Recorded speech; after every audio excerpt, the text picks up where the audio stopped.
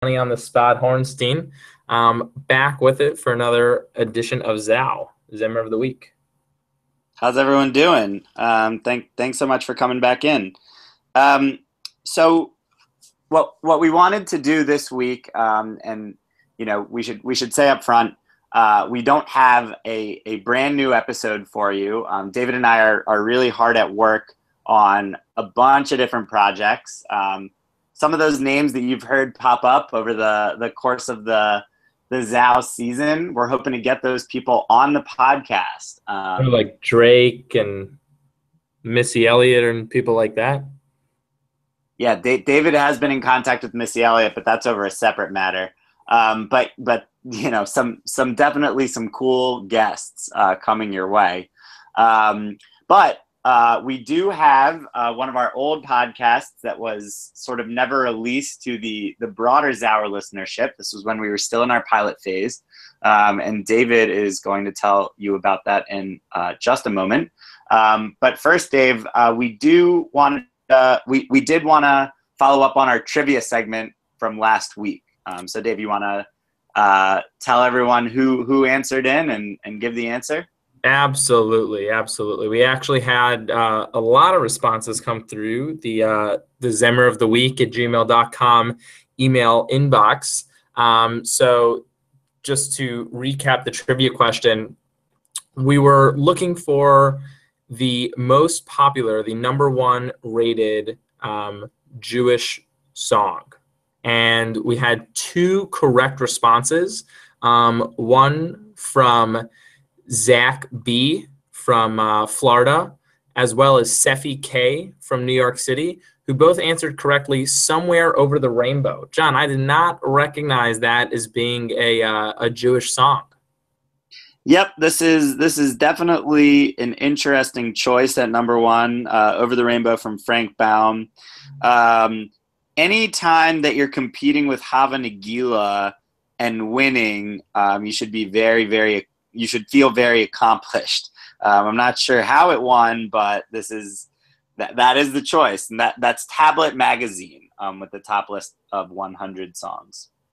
Thank you, Tablet Magazine. I was actually shocked that the Cha-Cha wasn't up there. Yeah, the Cha-Cha, they haven't translated that into Yiddish yet, Dave. Got it. I didn't realize Somewhere Over the Rainbow was a multilingual song at this point.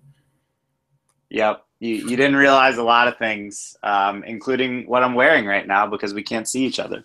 Oh boy, we're on always the subject of wardrobe. But the multilingual piece, John, is actually a great segue for looking ahead at to what we're about to show the listenership. Earlier this summer, John and I actually spent a little bit of time together down in the wonderful state of North Carolina and had the privilege of speaking to a young man who is on a Fulbright scholarship out in Recife, Brazil. His name is Daniel Schachter. He went to the University of Pennsylvania in Philly and is actually fluent in Yiddish and taught us a song called Koach, or Strength, that talks about Shabbos and how great Shabbos is. And we're going to play that for you now and play over the interview of us talking to Daniel. So it should be a cool opportunity, a great episode. And like John said, a lot more coming down the pipeline. Yep. And the last thing I'll add is we do have a trivia question for you this week. And that trivia question is, which Jewish baseball player hit 4 home runs in one game?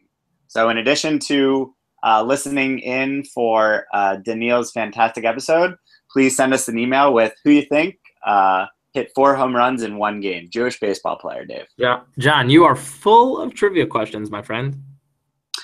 There's more where that came from, Dave. I'm just a treasure chest of knowledge.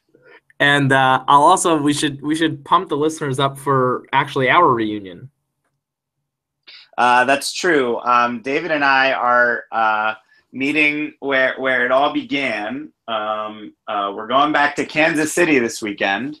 Go Royals. His favorite place in the world. Yep. No, we're going to Ann Arbor. We're going to root on the Big Blue. So we hope to come out of this weekend with not 1, not 2, not 3, but 5 Zao episodes. Oh boy, that's probably ambitious, but yep, maybe a few. But hope everyone enjoys this episode with Daniil. We think it's a great one, and have a great week. Have a great week. Good Shabbos, everyone. Bye-bye.